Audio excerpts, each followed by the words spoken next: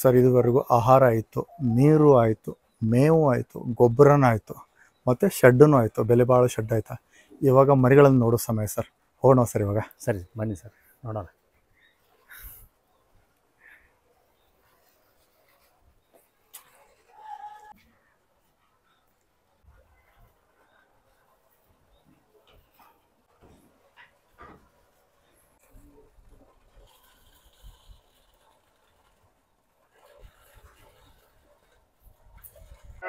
Sir ನಾವು ಇಲ್ಲಿವರೆಗೂ ಏನು ಹೇಳ್ಕೊಂತ ಬಂದಿಲ್ಲ ಸರ್. ಇವೇ ಸರ್ ಈಗ ನಾವು ಸಾಕಿರ್ತಕ್ಕಂಥ ಎಳಗ, ಅಮೀನ್ಗಢ ಎಳಗ ಅಂತೇಳಿ ಅಂತೀವಿ ಸರ್. ಓಕೆ. ಆ ಮರಿ ಕುರಿಗಳು ಸರ್ ಇವೆಲ್ಲ. ಓಕೆ. ಇವು ಎಲ್ಲ ಪೇರೆಂಟ್ ಕುರಿಗಳು. ಇವುಗಳ ಮರಿಗಳನ್ನು ನಾವು ಸಾಯಂಕಾಲದವರೆಗೆ ಸಪ್ರೇಟಾಗಿ ಹಾಕಿರ್ತೀವಿ. ಇವು ಕೆಲವಕ್ಕೂ ಮರಿಗಳು ಇದಾವೆ ಸರ್ ಈಗ. ಓಕೆ. ಎಲ್ಲರೂ ಒಂದು ಕುರಿ ಅವಕ್ರೊಳಗೆ ಮಿಕ್ಸ್ ಈ ಥರ ಇವು ಲೋಕಲ್ ಕುರಿ ಸರ್. ಅವು ಬಂದಿರ್ತಾವೆ ಸರ್. ಯಾಕಂದ್ರೆ ನಾವು ಖರೀದಿ ಮಾಡ್ಬೇಕಾದ್ರೆ ಅವರು 1 ಅಥವಾ 2 ಆ ಥರ ಹಾಕಿರ್ತಾರೆ. ಟೋಟಲ್ ಆಗಿ ಇವು ಬಿಳೆವು ಇವು ಕೆಂದ ಏನು ಅದಾವಲ್ಲ ಸರ್, ಇವೆಲ್ಲವೂ ಕೂಡ ಅಮೀನ್ಗಢ ಎಳಗ ಸರ್. ಓಕೆ. ಹಾಂ ಸರ್. ಈಗ ಇದು ಒಳ್ಳೆ ಪ್ರೆಗ್ನೆಂಟ್ ಇರೋ ಕುರಿ ಸರ್. ಇವೆಲ್ಲ ಮರಿಗಳಿರು, ಇದು ಪ್ರೆಗ್ನೆಂಟ್ ಇರೋ ಸರ್. ಓಕೆ. ಪ್ರೆಗ್ನೆಂಟ್ ಇರೋ ಕುರಿಗಳು ಈ ಥರ ಇರುತ್ತೆ ಸರ್. ಓಕೆ. ಸರ್ ಇವು ಮರಿಗಳು ಸರ್. ಇವು ಸುಮಾರು ಒಂದು 2.5 ರಿಂದ 3 ತಿಂಗಳ ಮರಿಗಳು ಸರ್. ಇವು ದೊಡ್ಡವೆಲ್ಲ ಕಾಣ್ತಾವಲ್ಲ. ಆಮೇಲೆ ಅದರಲ್ಲಿ 15 ದಿನ 20 ದಿನ ಆ ಥರ ಮರಿಗಳು ಇದಾವೆ ಸರ್, ಮಿಕ್ಸ್ ಆಗಿದ್ದಾವೆ. ಓಕೆ.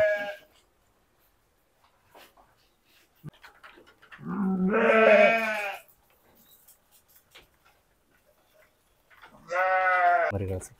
ಓಕೆ. ಸಣ್ಣ ಮರಿಗಳು 10 ದಿನಗಳ ಒಳಗಡೆ ಮರಿಗಳು. ಓಕೆ. ಇಲ್ಲಿ ನೀವು ನೋಡ್ತಿದ್ದೀರ ತುಂಬ ಅದ್ಭುತವಾಗಿ ನಿರ್ವಹಣೆಯನ್ನು ಮಾಡಿದ್ದಾರೆ ಮಂಜುನಾಥ್ ಸರ. ಪ್ರಾಪರ್ ಪ್ಲ್ಯಾನಿಂಗ್ ಇದೆ ಅಂತ ಹೇಳ್ಬೋದು. ನೋಡ್ರಿ ಪ್ರೆಗ್ನೆಂಟ್ ಇದ್ದ. Okay sir. ನಾವು ಮೇವನ್ನ ಈಗೇನು ಇಲ್ಲಿ ಮಾಡಿದ್ವಿ, ಇದು 1 ಫುಟಿನ ಪೈಪ್ ಸರ್. ಇದು 1 ಸ್ಕ್ವೇರ್ ಮೀಟರ್ ಇದ್ದರೆ ಪೈಪ್ 12 ಇಂಚ್ ಇದ್ರೆ ಇದನ್ನ ಕರೆಕ್ಟಾಗಿ ನೀಟಾಗಿ ಎರಡು ಭಾಗ ಮಾಡಿಕೊಂಡು ಈ ಥರ ಇವಕ್ಕೆ ಫೀಡಿಂಗಿಗೆ ನಾವು ಇದನ್ನ ಮಾಡ್ಕೊಂಡಿದ್ದೀವಿ ಸರ್. ಅದ ನಂತರ ಇಲ್ಲಿ ವಾಶ್ ಮಾಡಿ ಇದನ್ನೆಲ್ಲ ಕೆಳಗಡೆ ಕ್ಲೀನ್ ಮಾಡಲಿಕ್ಕೆ ಈ ಥರ ಡೋರ್ ಇಟ್ಕೊಂಡಿದ್ದೀವಿ ಸರ್. ಇದು ಕೂಡ ನಾವು ಅಲ್ಟರ್ನೇಟ್ ಮಾಡ್ಕೊಂಡಿದ್ದೀವಿ ಸರ್. ಇದನ್ನ ಎಲ್ಲ ವಾಶ್ ಮಾಡಿ ಇಲ್ಲಿ ಬುಟ್ಟು ಶೇಖರಣೆ ಮಾಡ್ತೀವಿ, ಅಂದ್ರೆ ವೇಸ್ಟೇಜ್ ಬಿಟ್ಟಿರೋದನ್ನೆಲ್ಲ ಸರ್. ಆಮೇಲೆ ಇಲ್ಲಿ ಕುರಿಗಳಿಗೆ ತಿನ್ಲಿಕ್ಕೆ ಈ ಕಡೆಯಿಂದ ಮುಖ ಹಾಕಿ ತಿನ್ಲಿಕ್ಕೆ ಬರುತ್ತೆ ಸರ್. ಇವಕ್ಕೆ ಮರಿಗಳೆಲ್ಲ ಏನಾದರೂ ದಾಟ್ತಾ ಇದ್ರೆ ಅಡ್ಜಸ್ಟ್ಮೆಂಟ್ ಇಲ್ಲಿ ಒಂದು ರಾಡ್ ಕೂಡ ಹಾಕೋಬಹುದು ಸರ್.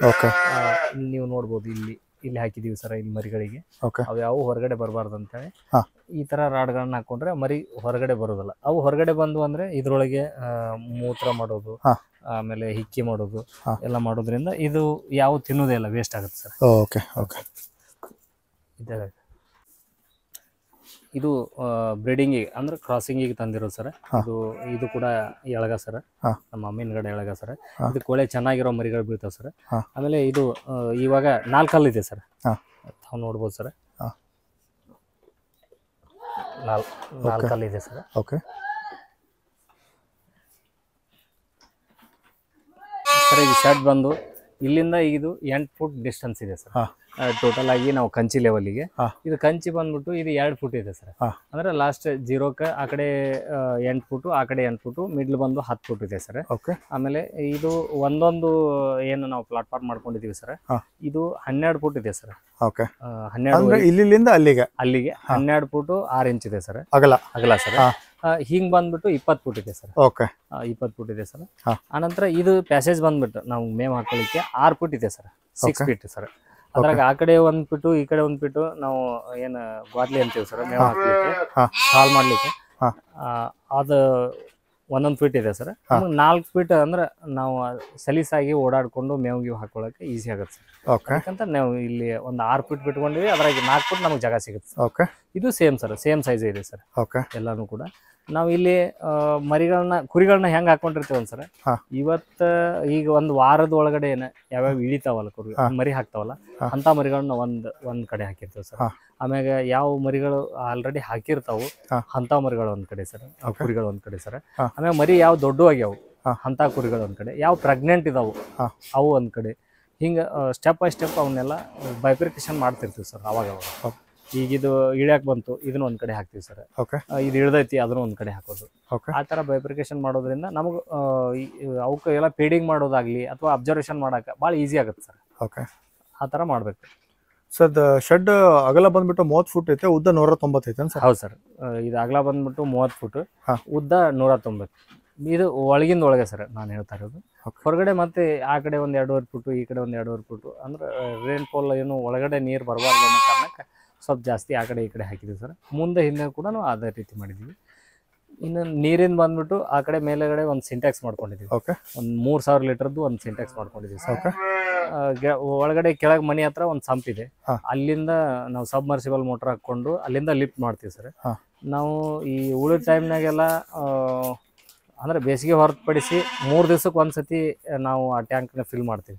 ಓಕೆ. ಅಂದ್ರೆ 1000 ಲೀಟರ್ ಡೈಲಿ ಯೂಸ್ ಆಗುತ್ತೆ ನಮಗೆ ನೀರು ಇಷ್ಟು ಕುರಿಗಳಿಗೆ. ಹಾಂ. ಈಗ ಬೇಸಿಗೆ ಇರೋದ್ರಿಂದ 2 ದಿವಸಕ್ಕೆ ಒಂದ್ಸತಿ, ಅಂದ್ರೆ ಒಂದು ದಿವಸಕ್ಕೆ 1500 ಲೀಟರ್ ನೀರು ನಮ್ದು ಇಲ್ಲಿ ಇದಾಗುತ್ತೆ. ಆಮೇಲೆ ಇಲ್ಲಿ ಯಾವುದೇ ರೀತಿ 1 ಲೀಟರ್ ನೀರು ವೇಸ್ಟೇಜ್ ಆಗೋದಿಲ್ಲ. ಓಕೆ. ನೀರಿನ ಬಗ್ಗೆ ನಾನು ಆವಾಗಲೇ ಹೇಳಿದಾಗೆ ಇಲ್ಲಿ ಆಟೋಮೆಟಿಕ್ ಡ್ರಿಂಕರ್ ಅಂತೇಳಿ ಹೊಸದಾಗಿ ಒಂದು ಪರ್ಚೇಸ್ ಇದ್ದೀವಿ ನಾವು ನಮ್ಮ ಫಾರ್ಮ್ ಒಳಗಡೆ. ಅದು ಕೂಡ ನಾವು ಕೇರಳದ ಎರ್ನಾಕುಲಂ ಇವೇನ್ ಮ್ಯಾಟ್ ಏನ್ ಪರ್ಚೇಸ್ ಮಾಡಿದೀವಲ್ಲ ಸರ್, ಇವು 85 per square foot sir mat. ಕೇರಳದ ಎರ್ನಾಕುಲಂದಿಂದ ತರಿಸಿದ್ ಸರ್, ವಿತ್ ಟ್ರಾನ್ಸ್ಪೋರ್ಟೇಷನ್ ಸರ್. ಇಲ್ಲಿಗೆ ಡೆಲಿವರಿ ಕೊಡ್ತಾರೆ, ಅದಕ್ಕೆ ಎಕ್ಸ್ಟ್ರಾ ಚಾರ್ಜಸ್ ಏನು ಇರೋದಲ್ಲ. ಇದು 85 ರೂಪಾಯಿ per square foot ಇದೆ sir. Shri Manjunath agro industries ಅಂತೇಳಿ ಕೇರಳದ ಎರ್ನಾಕುಲಂ ಕಂಪ್ನಿ ಸರ್ ಇದು. ಇದು ಬಂದು 10 ವರ್ಷ ವಾರಂಟಿ ಇದೆ ಸರ್. ಓಕೆ ಸರ್, ತಾವು ಕ್ರಾಸಿಂಗ್ ಅಂತ ಎಷ್ಟು ಟಗರ್ನ ಮೇಂಟೈನ್ ಮಾಡಿದ್ದೀರಿ ಸರ್? ಸರ್ ನಮ್ಮ ಇವಾಗ 4 ಇದಾವೆ ಸರ್. ಕಡಿಮೆ ಇದಾವೆ ಸರ್, ಈಗ ಇನ್ನೂ ಜಾಸ್ತಿ ಮಾಡ್ಕೋಬೇಕು. ಟೋಟಲ್ 500ಗೆ 25 ಇರ್ಬೇಕು ಸರ್. ಅಂದ್ರೆ ರೇಷಿಯೋ 20ಕ್ಕೆ 1 ಅಂತ ಇದೆ ಸರ್. ಈಗ ಸದ್ಯ ನಮ್ಮ ಇನ್ನೂ ಕುರಿ ಕಡಿಮೆ ಇರೋದ್ರಿಂದ ಇವಾಗ 4 ಟಗರ್ಗಳಿದಾವೆ ಸರ್. ಇವು ಕೂಡ ಹೆಂಗಿದೆ ಸರ್, ಇನ್ ಬ್ರೀಡಿಂಗ್ ಆಗಬಾರ್ದು, ಸಪೋಸ್ ಇನ್ ಬ್ರೀಡಿಂಗ್ ಆಗಬಾರ್ದು ಅನ್ನೋ ಕಾರಣಕ್ಕೆ ಇವನ್ನ ನಾವು 1 ರಿಂದ 1.5 ವರ್ಷ ಅಷ್ಟೇ ಮೇಂಟೈನ್ ಮಾಡ್ಬೇಕು ಸರ್. ಆದ ನಂತರ ಇವನ್ನ ನಾವು ಚೇಂಜ್ ಮಾಡಿಬಿಡ್ಬೇಕು ಸರ್. ಇಲ್ಲಾಂದ್ರೆ ಇವು ಮರಿಗಳಿಗೆ ಕ್ರಾಸ್ ಆದ್ರೆ ಇವು ಇನ್ ಬ್ರೀಡಿಂಗ್ ಆಗುತ್ತೆ ಸರ್. ಆ ಕಾರಣಕ್ಕೋಸ್ಕರ ಇವನ್ನ 1 ರಿಂದ 1.5 ವರ್ಷಕ್ಕೆ ಇವನ್ನ ಚೇಂಜ್ ಮಾಡಿಬಿಟ್ಟು ಮತ್ತೆ ಬೇರೆ ಬ್ರೀಡರ್ನ ನಾವು ಪರ್ಚೇಸ್ ಮಾಡ್ಬೇಕಾಗುತ್ತೆ ಸರ್. ಇಲ್ಲ ಅಥವಾ ನಮ್ಮಲ್ಲೇನೆ ಹುಟ್ಟಿರುವಂತ ಯಾವ್ದಾದ್ರು ಬ್ರೀಡರ್ನ, ಒಳ್ಳೆ ಬ್ರೀಡರ್ನ ಆಯ್ಕೆ ಮಾಡ್ಕೊಂಡು ರೆಡಿ ಮಾಡಬೇಕು ಸರ್. ನಾವು ಈ ತರ ಸ್ಟೋರ್ ರೂಮ್ ಮಾಡ್ಕೊಂಡಿದ್ದೀವಿ ಸರ್. ಈ ಕಡೆ ಒಂದು, ಆಮೇಲೆ ಆ ಕಡೆ ಲಾಸ್ಟಿಗೆ ಒಂದು, ಅಂದ್ರೆ ಡಿಸ್ಟೆನ್ಸಿಗೆ ತೊಂದರೆ ಆಗಬಾರ್ದು ಅನ್ನೋದಕ್ಕೆ ಆ ಕಡೆ ಎಲ್ಲ ಇರೋದಕ್ಕೆ ಆ ಕಡೆ ಒಂದು, ಇಲ್ಲಿಂದ ಏನು ಸರ್ವ್ ಮಾಡಕ್ಕೆ ಈ ಕಡೆ ಒಂದು. ಇವೆಲ್ಲ ನಾವು ಫೀಡಿಂಗ್ ಜಲ್ಲಿ ಗಿಲ್ಲಿ ಇಟ್ಕೊಳಕ್ಕೆ ಈ ತರ ಪ್ಲಾಟ್ಫಾರ್ಮ್ ಮಾಡಿದ್ವಿ ಸರ್. ನಂತರ ಇಲ್ಲಿ ಎಲ್ಲ ನಮ್ದು ನುಚ್ಚು ಗಿಚ್ಚು ಹೊಡೆದಿರೋದು ಈ ತರ ಸ್ಟಾಕ್ ಮಾಡಿರ್ತೀವಿ ಸರ್. ಈಗ ಗೊಂಜಾಳದ ನುಚ್ಚು ಇವನ್ನ ಮರಿಗಳಿಗೆ ಹಾಕಲಿಕ್ಕೆ ಸ್ಟಾಕ್ ಮಾಡಿರ್ತೀವಿ ಸರ್. ಆನಂತರ ಮೆಡಿಸನ್ ಬಂದು ಇವಾಗ ನಾವು ಇಲ್ಲಿ ಹಾಗೆ ಇಟ್ಕೊಂಡಿದ್ದೀವಿ. ಇದಕ್ಕೊಂದು ರ್ಯಾಕ್ ಮಾಡಿಸಿ ಇನ್ನೂ ಕ್ಲೀನ್ ಆಗಿ ಒಂದು ರ್ಯಾಕ್ ಮಾಡಿಸಿ ಮೆಡಿಸನ್ ಕೂಡ ಇಟ್ಕೋಬೇಕು. ಆಮೇಲೆ ಎಲ್ಲದಕ್ಕೂ CCTV ಅಳವಡಿಸಿದೀವಿ. ಇದಕ್ಕೆ ವಿತ್ ಮೊಬೈಲ್ ಕನೆಕ್ಟ್ ಇದೆ ಸರ್. ನಾವು ಎಲ್ಲಾದ್ರೂ ಹೊರಗಡೆ ಹೋದಾಗ ನಾವು ಆಳುಗಳ ಮೇಲೆ ಇರ್ಬೋದು ಅಥವಾ ನಮ್ಮ ಮನೆಯವರೇ ಯಾರೇ ಇದ್ರೂ ನೋಡಕ್ಕಾಗಿರೋದಿಲ್ಲ, ಅಲ್ಲಿ ಯಾವಾಗ ಅಬ್ಸರ್ವೇಷನ್ ಮಾಡ್ಬೋದು ಸರ್.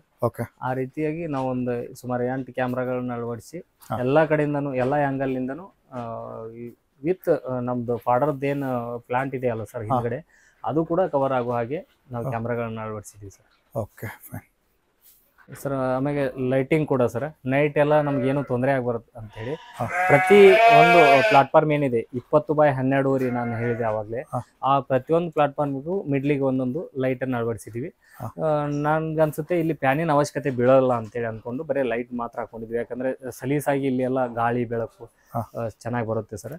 ಅದಕ್ಕೋಸ್ಕರ ಲೈಟಿಂದು ಒಂದು ನೀಟಾಗಿ ಮಾಡ್ಕೊಂಡಿದ್ದೀವಿ. ಅಂದ್ರೆ ನೈಟ್ ಟೈಮ್ನಲ್ಲಿ ಯಾವುದೋ ಒಂದು ಕುರಿ ಇಳ್ತಾ ಇದೆ, ಆರಾಮಿಲ್ಲ, ಅಥವಾ ಫೀಡಿಂಗ್ ಮಾಡೋಕೆ ನಾವು 7 ಗಂಟೆಗೆಲ್ಲ ಬರ್ತೀವಿ, ರಾತ್ರಿ ಒಂದ್ಸತಿ 10 ಗಂಟೆಗೆಲ್ಲ ಅಬ್ಸರ್ವೇಷನ್ ಮಾಡ್ತೀವಿ ಯಾವೆಲ್ಲ ಹೇಗಿದಾವೆ ಅಂತೇಳಿ. ಆ ಟೈಮಲ್ಲಿ ಲೈಟ್ ಬೇಕಾಗುತ್ತೆ, ಆ ಕಾರಣಕ್ಕೆ ಲೈಟ್ ಕೂಡ ಮಾಡ್ಕೊಂಡಿದ್ದೀವಿ. ಮತ್ತು ಇದೆಲ್ಲನೂ ನಾವು ಸೋಲಾರಿಂದ ಮಾಡ್ಕೊಂಡಿದ್ದೀವಿ ಸರ್. ಈ ಲೈಟಿಂದ ಅರೇಂಜ್ಮೆಂಟ್ ಎಲ್ಲ ನಮ್ಮ ಸೋಲಾರಿಂದ ಇದೆ ಸರ್. ಸರ್ ನಾವು ಈ ಥರ ಒಂದು ಆಟೋ ಡ್ರಿಂಕರ್ನ ಅಳವಡಿಸ್ಕೊಂಡಿದ್ದೀವಿ ಸರ್. ಇದು ಹೆಂಗಿದೆ ಸರ್, ಇದು ಎಲ್ಲೋ ನೆಡ್ಲಿದೆ ಅಲ್ಲ ಸರ್, ಈ ಥರ ಇಲ್ಲಿ ಕುರಿಗಳು ನೀರು ಕುಡ್ಲಿಕ್ಕೆ ಬರ್ತವೆ. ಇದನ್ನ ಯಾವಾಗ ಟಚ್ ಮಾಡ್ತವೆ ಅವಾಗ ಇಲ್ಲಿ ನೀರು ಬರುತ್ತೆ ಸರ್. ಇದು ನೀರ್ ಕುಡಿತದೆ, ಇದು ಈ ಕುರಿ ರಿಮೂವ್ ಆಗುತ್ತೆ ಸರ್. ಈ ನೀರೆಲ್ಲ ಖಾಲಿ ಆಗುತ್ತೆ. ನೆಕ್ಸ್ಟ್ ಒಂದ್ ಬರುತ್ತಲ್ಲ ಫ್ರೆಶ್ ನೀರೇ ಇರುತ್ತೆ ಸರ್ ಅದು.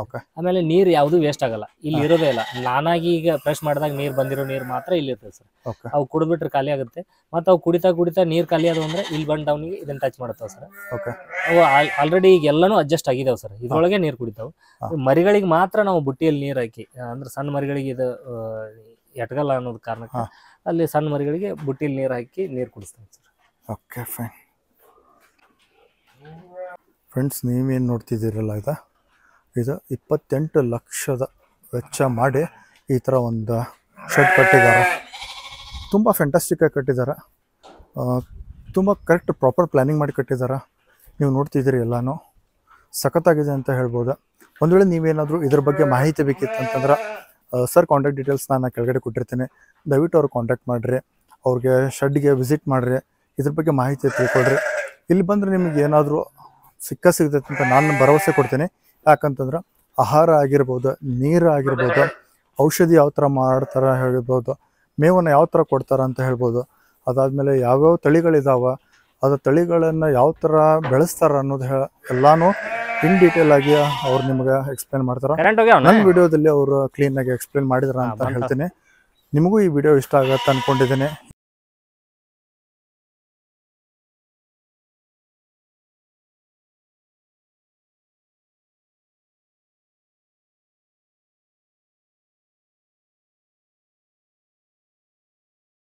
ಕುರಿಗಳ ಜೊತೆಗೆ ಅವರು ಮೊದಲ ಮೇಕೆ ಸಾಕಾಣಿಕೆ ಮಾಡ್ತಿದ್ರು. ಕೆಲವೊಂದು ಮೇಕೆಗಳನ್ನು ಅವ್ರು ಇಟ್ಕೊಂಡಿದ್ದಾರೆ. ಇಲ್ಲಿ ನೀವು ನೋಡ್ತಾ ಇದ್ರಿ. ಅದಾದಮೇಲೆ ಕ್ರಾಸಿಂಗ್ ಅಂತ ಕೆಲವೊಂದು ಟಗರುಗಳನ್ನ ಇಟ್ಕೊಂಡಿದ್ದಾರೆ. ತುಂಬ ಚೆನ್ನಾಗಿನೇ ಮೇಂಟೈನ್ ಮಾಡಿದ್ದಾರೆ. ಅದಕ್ಕೆ ಅಂತ ಸಪ್ರೇಟ್ ಕಾಳಜಿಯನ್ನು ವಹಿಸ್ಕೊಂಡಿದ್ದಾರೆ. ಯಾಕಂತಂದ್ರೆ ಬ್ರೀಡಿಂಗ್ ಪರ್ಪಸ್ ಎಲ್ಲ ಇಟ್ಕೊಂಡಿದ್ದಾರೆ ಅವನ್ನ. ತುಂಬ ಚೆನ್ನಾಗಿದೆ ಅಂತ ಹೇಳ್ಬೋದು. ಈ ಪ್ಲ್ಯಾಂಟ್ ಮಾತ್ರ ಸಖತ್ತಾಗಿದೆ ಅಂತ ಹೇಳ್ಬೋದು. ಯಾಕಂದರೆ ಸರ್ ತುಂಬ ಕಡೆ ತರಬೇತಿನೂ ತೊಗೊಂಡಿದ್ದಾರೆ, ತುಂಬ ಜನರಿಗೆ ತರಬೇತಿನೂ ಕೊಟ್ಟಿದ್ದಾರೆ. ಅದರ ಅನುಗುಣವಾಗಿ ಅವರು ಈ ಕುರಿ ಸಾಕಾಣಿಕೆ ಉದ್ಯಮವನ್ನು ಸಕ್ಸಸ್ಫುಲ್ಲಾಗಿ ರನ್ ಮಾಡ್ತಿದ್ದಾರೆ ಅಂತ ತಪ್ಪಾಗೋದಿಲ್ಲ. ನಿಮಗೂ ಇದರ ಬಗ್ಗೆ ತುಂಬ ಅಂದರೆ ತುಂಬ ಆಸಕ್ತಿ ಇತ್ತಂತಂದರೆ ದಯವಿಟ್ಟು ಅವ್ರು ಬನ್ನಿರಿ. ಇಲ್ಲಾಂತ ನನ್ನ ವಿಡಿಯೋದಲ್ಲಿ ನೀವು ನೋಡಿರಿ, ನಿಮಗೂ ಸಂಪೂರ್ಣವಾದ ಮಾಹಿತಿ ಸಿಗುತ್ತೆ ಅಂದ್ಕೊಂಡಿದ್ದೀನಿ. ಒಂದು ವೇಳೆ ನೀವು ಲೈವ್ ಆಗಿ ನೋಡ್ಬೇಕಂತ ಡೈರೆಕ್ಟ್ ಸರ್ ಜೊತೆ ಕಾಂಟ್ಯಾಕ್ಟ್ ಮಾಡಿರಿ, ಸರ್ ಶೆಡ್ ಬಂದು ವಿಸಿಟ್ ಮಾಡಿರಿ, ನಿಮಗೆ ಕ್ಲೀನಾಗಿ ಅದ್ರ ಬಗ್ಗೆ ಮಾಹಿತಿ ಸಿಗ್ತೈತಿ ಅಂತಲೇ ಹೇಳ್ತೀನಿ. ಒಂದು ವೇಳೆ ನಿಮಗೇನಾದರೂ ಮರಿಗಳು ಬೇಕಾದಲ್ಲಿ ಅವ್ರನ್ನ ಸಂಪರ್ಕ ಮಾಡಿರಿ.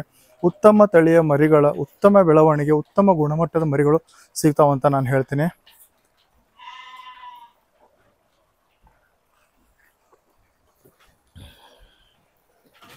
ಇಲ್ಲಿ ನೋಡ್ತಿದ್ದೀರಿ ನೀವು, ಕುರಿಗಳಿಗೆ ಮೇವನ್ನು ಹಾಕಿದಾರ.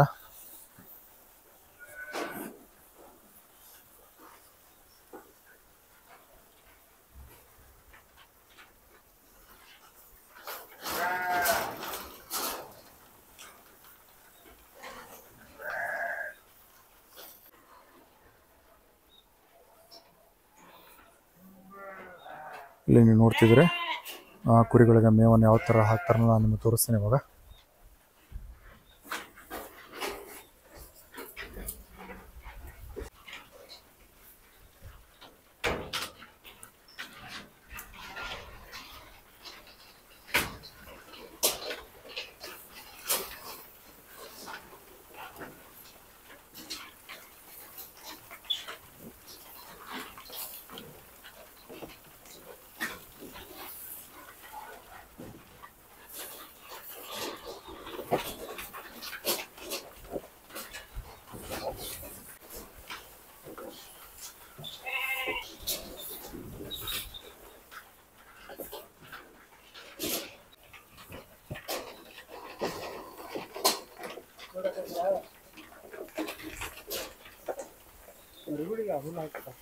ಹುಲ್ಲ ಹಾಕಿ ಉಳಿದ್ರಿ.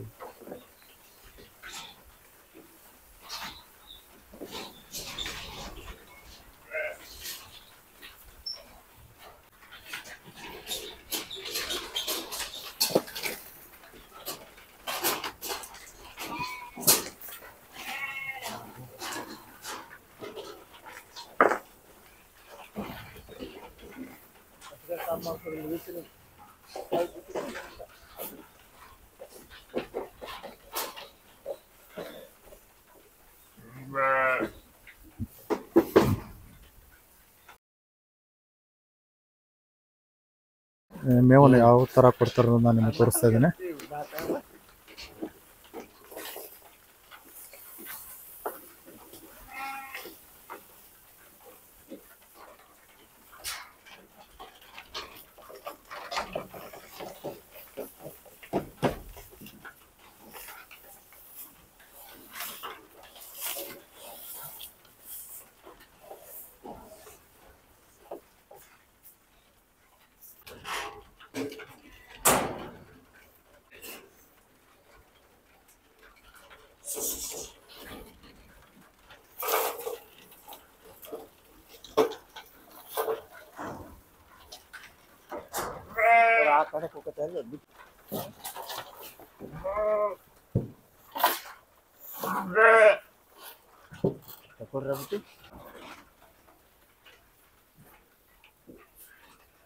ಫ್ರೆಂಡ್ಸ್, ನಾವಿವಾಗ ಇಲ್ಲಿಂದ ಹೊರಡ್ತಿದ್ದೇವೆ.